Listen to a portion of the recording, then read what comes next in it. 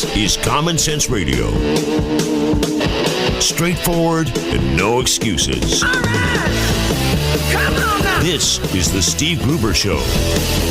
Call me crazy. Oh, yeah. What I said was perfectly right and spot on accurate. Boy's got a mouth like a cannon, always shooting it all. Stop. Yeah, stop. I mean, you're way off script. Got it in me. Gonna quit until it all comes out. Hey, boy! Been a long education. Yeah, it's not cynical. It's common sense. Pay attention to me when I'm talking to you. I'm gonna rock the nation. Rock the nation. Genuine, accountable, and raw. Here is Steve Gruber. Good morning. Welcome to the final hour of the Steve Gruber Show. Duran Martinez here, 7 minutes after the top of the hour on this Wednesday. Moving through it very rapidly. Been a lot of news coming out of France today and a lot more still to come as they look for the mastermind behind the bombings on Friday. We will keep you updated on that, of course. 2 suspects dead, one by self-detonation, the other by a sniper, others in custody. And again, we will, should something change, we will keep you updated on that. But being joined on the phone right now, Congressman Bill Huizenga, a bill to reform the Federal Reserve is been put together by you and is meeting some obstacles and some criticism. Good morning, Congressman. How are you? Hey, we're doing well. Good to be with you. And we've got a few critics, and that is just fine. Because I think that means we're getting close to the target of where we need to hit. So I'm just comfortable with that. You like the fact that somebody out there has a pulse and they're paying attention. Yeah. Well, that's right, and I can tell you this: the people that are most interested in the status quo are people that don't see a real problem with the way the Fed's been operating, and I think there's a lot of us here on Capitol Hill that are very concerned about what's been going on. Quantitative easing, infinity, these artificially low rates that have been brought into play. The fact that there's very little transparency. The decision making that is done just seems to kind of go into this black box and emerges. And ultimately, Duran, the thing that I'm very concerned about is what does the future look like? And one of the things that we're trying to do is rein in the authority and the power of the Fed to do these massive bank bailouts again. So we think that this is a very positive step. Reining in any kind of authority with some of these agencies with this current administration, I want to look at the Federal Reserve, I want to look at the EPA. It's a difficulty because you're being looked at as a boat rocker and not getting a fair due to give the American people what they need to know. Well, yeah, that is part of the job, I guess. Like I said, I'm comfortable doing that. It is an important part, and I can tell you we passed it out of committee. We've got a good, strong showing expected this week coming out of the House. It's definitely got the attention of the folks in the Senate, and even our presidential candidates are interested in this. And Ted Cruz had some people reach out to me, and others who are very curious about the direction that this goes. But there's a lot of bipartisan support for elements of this. Elizabeth Warren has talked about how to make sure that we don't have these big, massive bank bailouts, and it's a section of the Federal Reserve Law, 13.3, that gave them the authority. So it's one of those that kind of crosses a lot of party lines and geographic and philosophical lines. Speaking with Congressman Bill Huizenga here on the show, what is it in the bill that has got people so upset and Federal Reserve Chairwoman Janet Yellen telling lawmakers that the pending legislation would severely damage the U.S. economy? Yeah, they like I said, they just simply do not want to change the status quo. And I've had this conversation privately with her. We've had it publicly out in hearings, and they believe that revealing sort of the magic that happens behind the scenes is a bad thing. And I kind of equated this. This is finally when Dorothy figures out that it's not the Wizard of Oz and the flames. It's actually the guy behind the curtain that's pulling all the levers. We have to see these decisions as for what they are, which is decisions made by humans with the best information that they possibly have, and we're working at trying to make sure that we have as much transparency as possible. And accountability. And at the end of the day, that's one of the things that we talk about is you set up a standard by which to measure yourself, and we'll hold you to that. And we want to have that discussion. And they're very nervous about that. These are all the tools that they use internally already.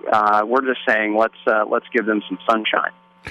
Speaking of Congressman Bill Huizenga here on the Steve Gruber Show, Congressman, businesses in America are allowed to fail day in and day out. We try, we fail. It happens. As a small business, a former small business owner myself, I tried. The economy kind of tanked a little bit. It failed. We move on. But to have transparency within our own Federal Reserve, it should be cut and dried, and it's not. Yeah, sorry, Steve. My cell kind of cut out a little bit on that.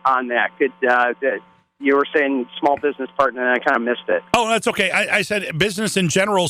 Being a former small business owner myself, businesses try and fail year in, day out, all the time. And we have our own accountability. We have to pay our bills. We have to handle ourselves. There's no bailout for us. So when I look at the bigger corporations and the bigger banks, why are we responsible for the bailout?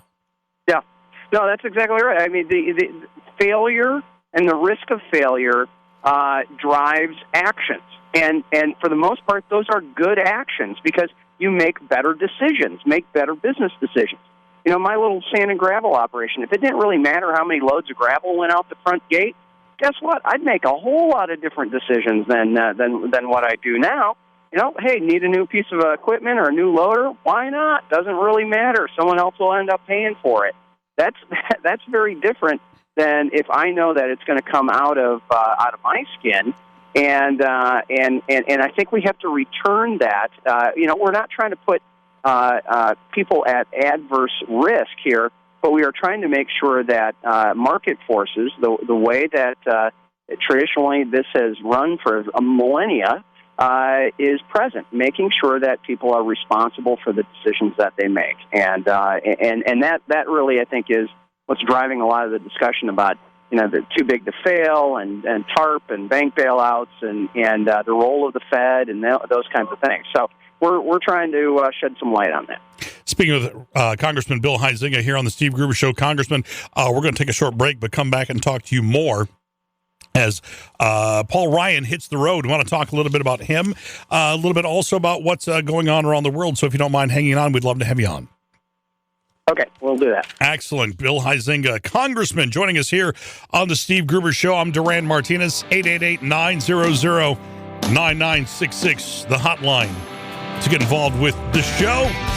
Find us on Facebook, The Steve Gruber Show on the Michigan Talk Network. Michigan, born and raised with Midwestern values and Michigan common sense. Filling in for Steve Gruber, here's Duran Martinez. Welcome back to the Steve Gruber Show. I'm Duran Martinez. My apologies to Congressman Bill Huizenga. I surprised him with a second segment, and we didn't have one book. So it was very good to talk to him either way. Very good to maybe get a little transparency in the Fed.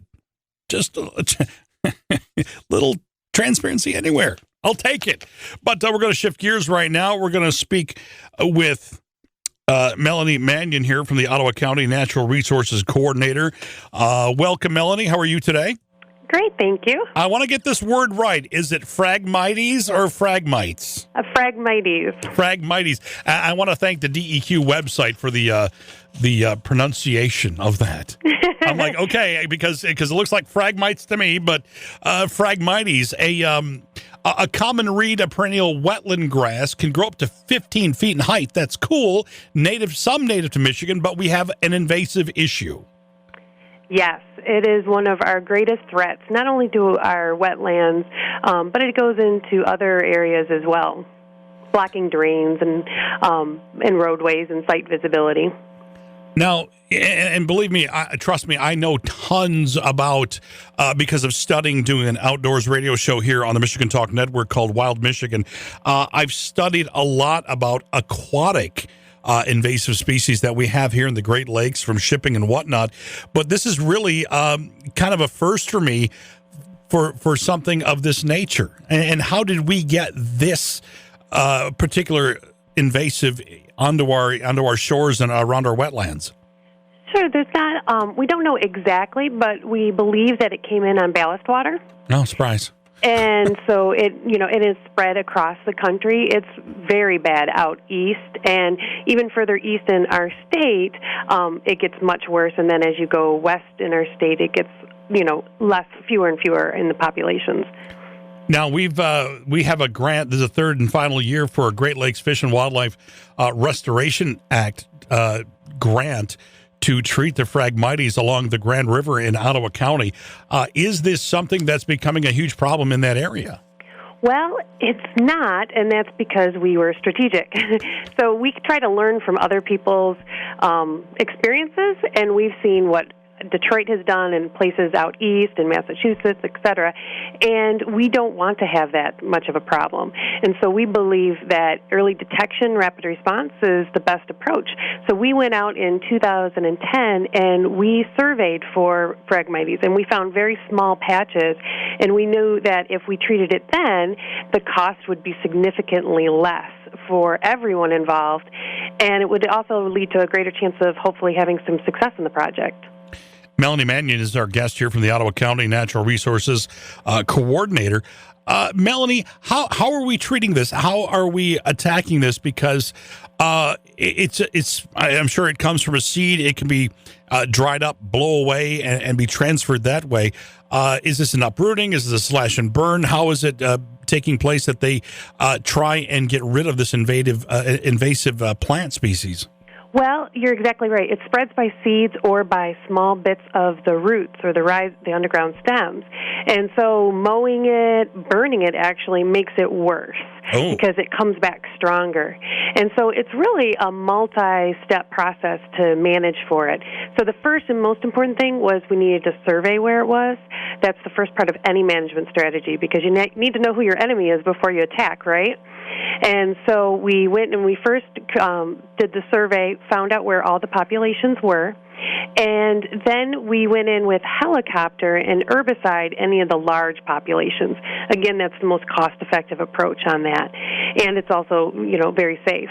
And then we also did smaller treatments with backpacks and ORVs. So chemical treatment is really a necessary approach just because it has such deep roots. And then after that, you can do a prescribed fire just to remove all the dead material because this can grow 15 feet tall. Sure. And so you can imagine how much dead plant material is left.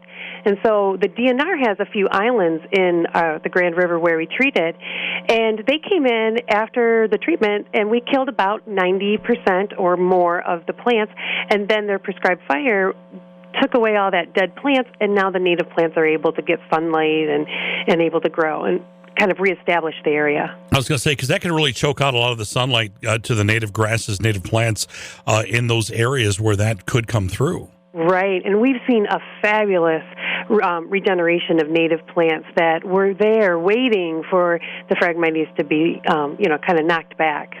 Melanie Manion is our guest here on the Steve Gruber Show today, talking about some invasive plants along the Grand River in Ottawa County. With the herbicides, it has to be something, when you're that close to a body of water of any kind, it has to be something that's really not going to affect the water quality. Absolutely. So not only did we use contractors that were licensed in order to do this work, so they were very knowledgeable, and we chose contractors that knew and understood not only how to work across public and private land, but also those that could work in natural land and in more human landscapes. So we had a contractor that just really had a good understanding of this project because it was so difficult. But yes, we also had to use herbicides that were approved by the DEQ. So these were wetland-approved herbicides that would not affect the environment. Well, Melanie, I tell you what, I appreciate your information on this. Great Lakes Phragmites.net. Great Lakes, PHRAGMITES.net is some cool information on that as well. And I appreciate you educating me on an invasive that I really didn't know about. Well, thank you for spreading the word because, the more everybody understands about this, they can catch them early, catch the invasions early, and really reduce their cost. And we hope to do this across the state, not just in West Michigan.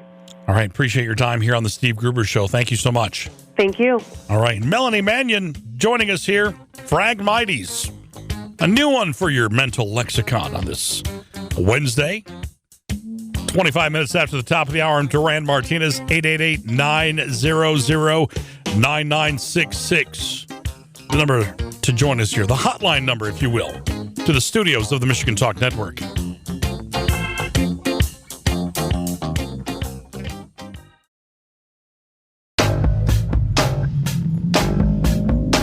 Genuine Michigan common sense on display every day. Come on and take a free ride. Come on and sit your driver's side. Welcome back to the Steve Gruber Show. Duran Martinez in for Steve Gruber today, 888-900-9966, the number to get involved with the show today. As we have made mention on here on the show many times, I host an outdoors radio program here on the Michigan Talk Network called Wild Michigan.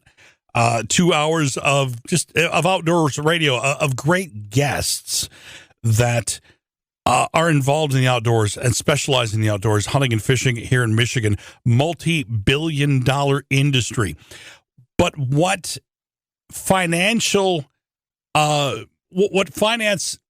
the outdoors community brings to Michigan, you really can't buy with the experiences involved. Our next guest, Scott Irwin, author of Hunting in the Heartland, Lessons Learned from Nature, joins us right now. Scott, being an avid outdoors person, I know of the many things I have learned just by observing being out. Welcome to the show. Thank you very much. Glad to be here. When you try to explain to someone that doesn't hunt, doesn't fish, or doesn't experience the outdoors in the same way that I do, how could you best explain some of the life lessons learned from nature in general? I'd probably start with really the themes of my book, which is titled An Outdoor Sporting Life.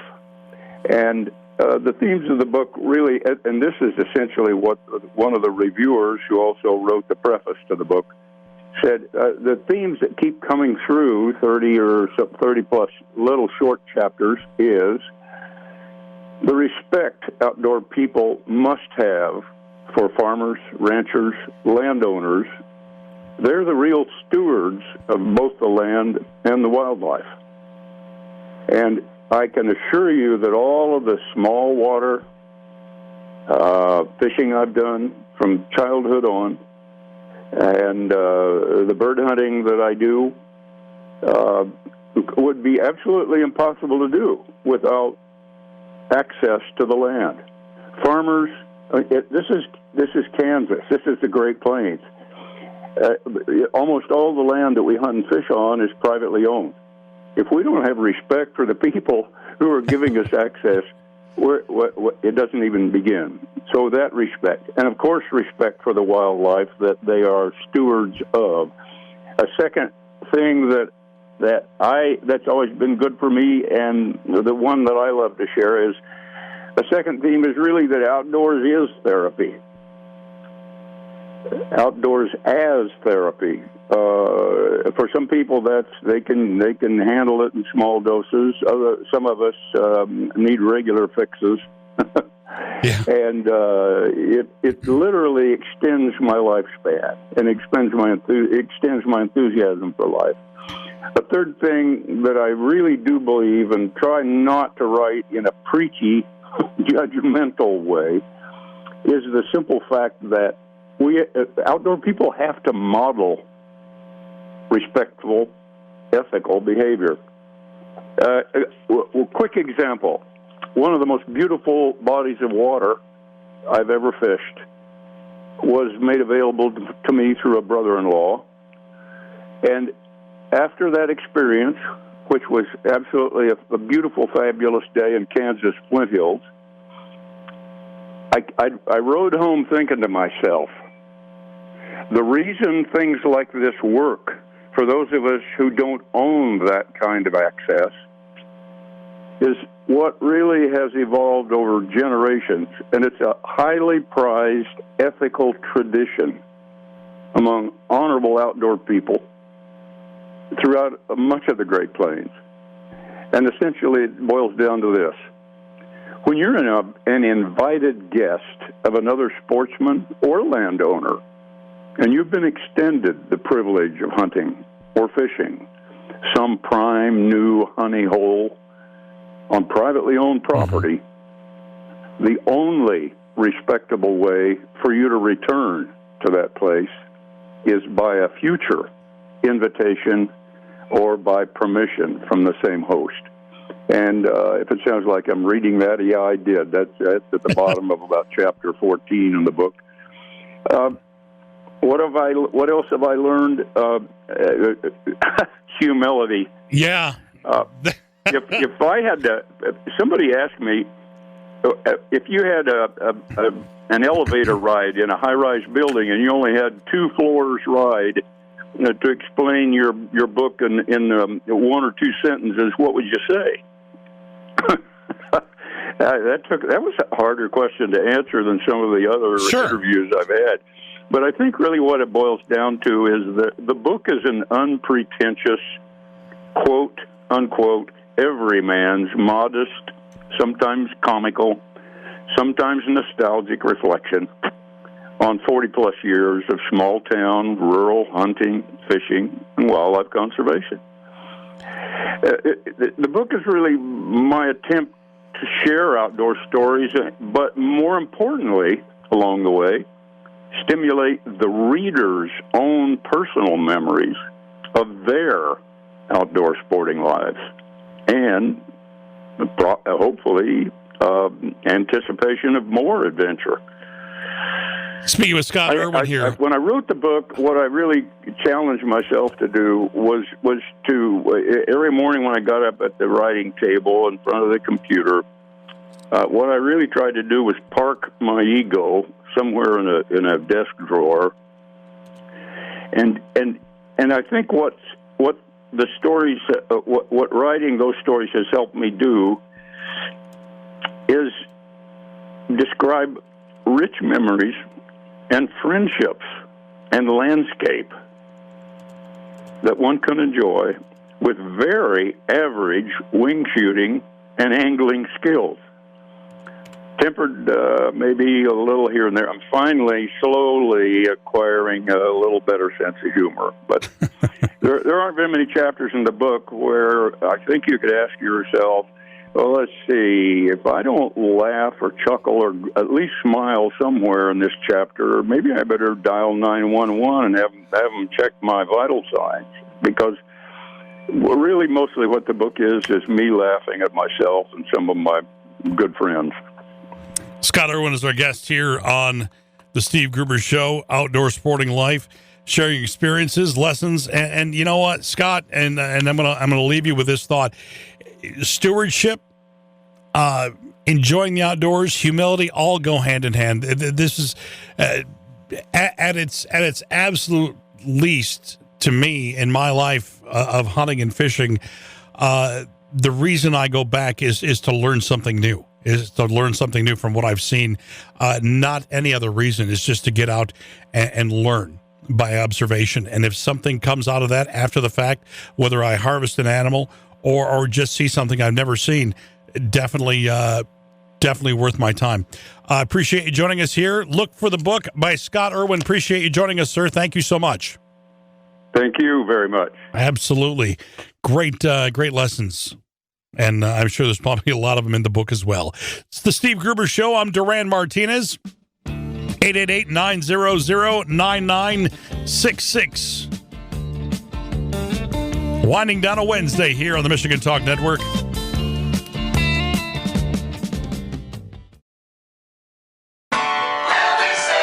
Keeping you in touch with Michigan and the world. Filling in for Steve Gruber, here's Duran Martinez. I get knocked down, but I get up again. You're never gonna keep me down. I get knocked down, but I get up again.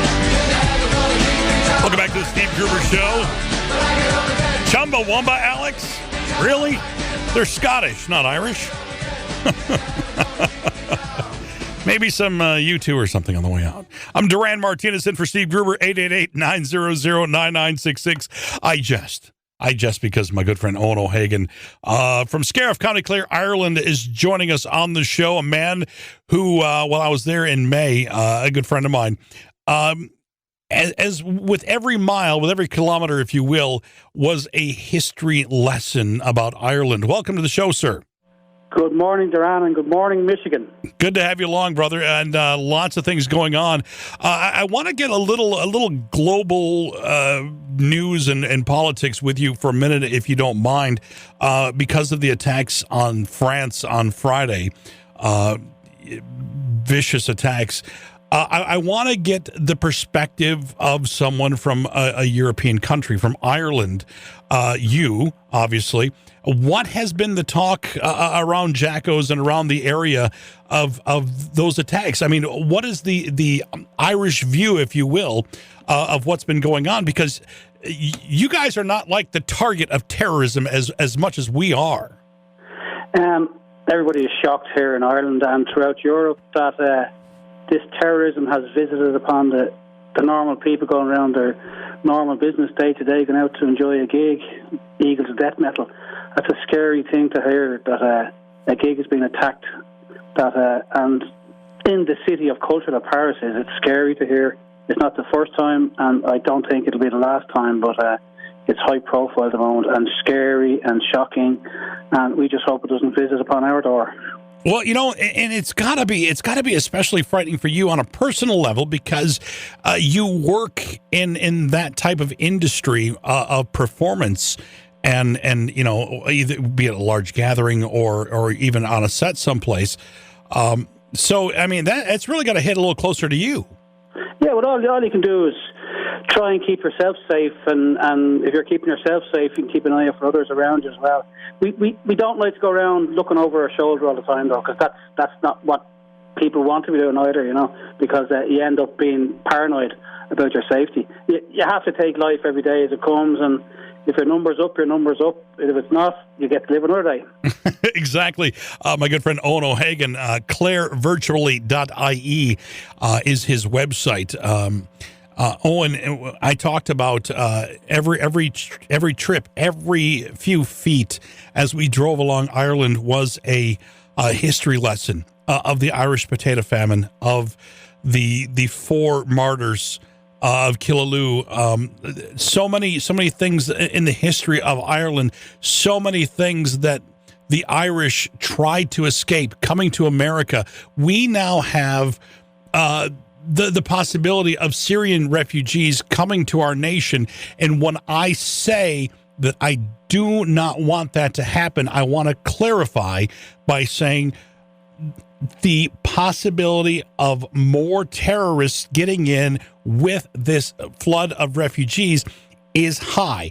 And when we saw the influx of Irish immigrants, the reasoning, the purpose was very different. I get they're trying to escape something, but at the same time, there is an ulterior motive to some coming as well. Oh, always. There always is. And for some, it's not just about an economic migration. It's about bringing terrorism to your door as well. But as you saw in France, that a lot of the terrorists that have struck there recently have been homegrown, either from France or Belgium. They might have travelled to Syria and got an education there on terrorism, but they came back home and visited on their own nation. So that's what's scary as well, But like I was just thinking earlier on when you asked me to come on, 10 of your American presidents can trace their ancestry back to Ireland. 10. And that's big. That's a lot, yeah. Out of 44 presidents, I think. Yeah. Definitely 10 can. Well, Kennedy especially. yeah. William McKinley. I'm trying to think off the top of my head now, sure. But Kennedy being the most famous and who celebrated the fact, but also including your current incumbent, Barack Obama, who has the Barack Obama Plaza built in his name in Moneygall, which is not too far away from where I live. A huge fuel stop and a big takeaway restaurant there as well. Interesting. Eoin O'Hagan is our guest here on the Steve Gruber Show. Owen, I got so confused as to where I was at just now talking to you. I almost said Wild Michigan. But, the reasons were different. You were escaping, the people were escaping. Okay, they weren't completely different, okay? But, again, it wasn't, we didn't have those situations. Look, gangs from all over came to this country and formed, but now we have such a different battle of ideals and ideas that is where my mindset is. Yeah, but I think that if you're always looking over your shoulder, you'll never be looking. You always trip over something in front of you. You know what I mean? So sometimes it's better to look around you, and I think that U.S. immigration are going to check everybody that comes through. They're not going to just let people paperless and stateless into the States. And I think they'll be well checked out before they get in. Yeah, and even some of the checks aren't concrete, and that is where we'll have to really be careful. Keep our eyes and ears open. But real quickly, got about a minute left in this segment. How's the weather over there? I know you had tropic or Atlantic storm Bernie come through? Atlantic storm Barney blew through last night and took our power with it, and we still haven't got it back nearly 24 hours later. I had to go out and charge the phone so I can have this conversation in the local cafe. But it's still out. Darn it, if you got to plug in at the pub.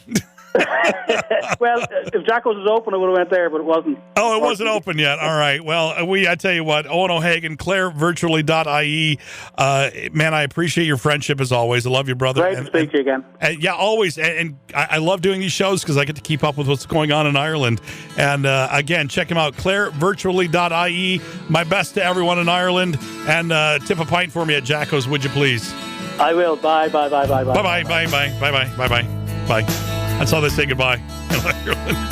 Believe it or not. Steve Gruber Show on the Michigan Talk Network.